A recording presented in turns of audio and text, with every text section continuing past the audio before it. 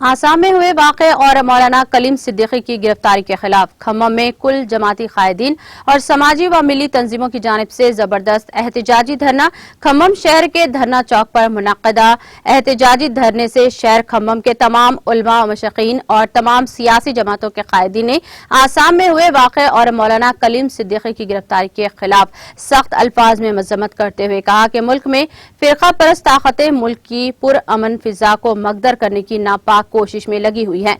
आसाम में हुए वाक़े के खिलाफ खाती पुलिस ओहदेदारों के खिलाफ सख्त कार्रवाई का मुतालबा किया और मौलाना कलीम सिद्दीकी को फौरी रिहा करने का मुतालबा किया। तमाम कायदीन ने मरकज की बीजेपी हुकूमत के खिलाफ नारे बुलंद करते हुए मौलाना की फौरी रिहाई का मुतालबा किया।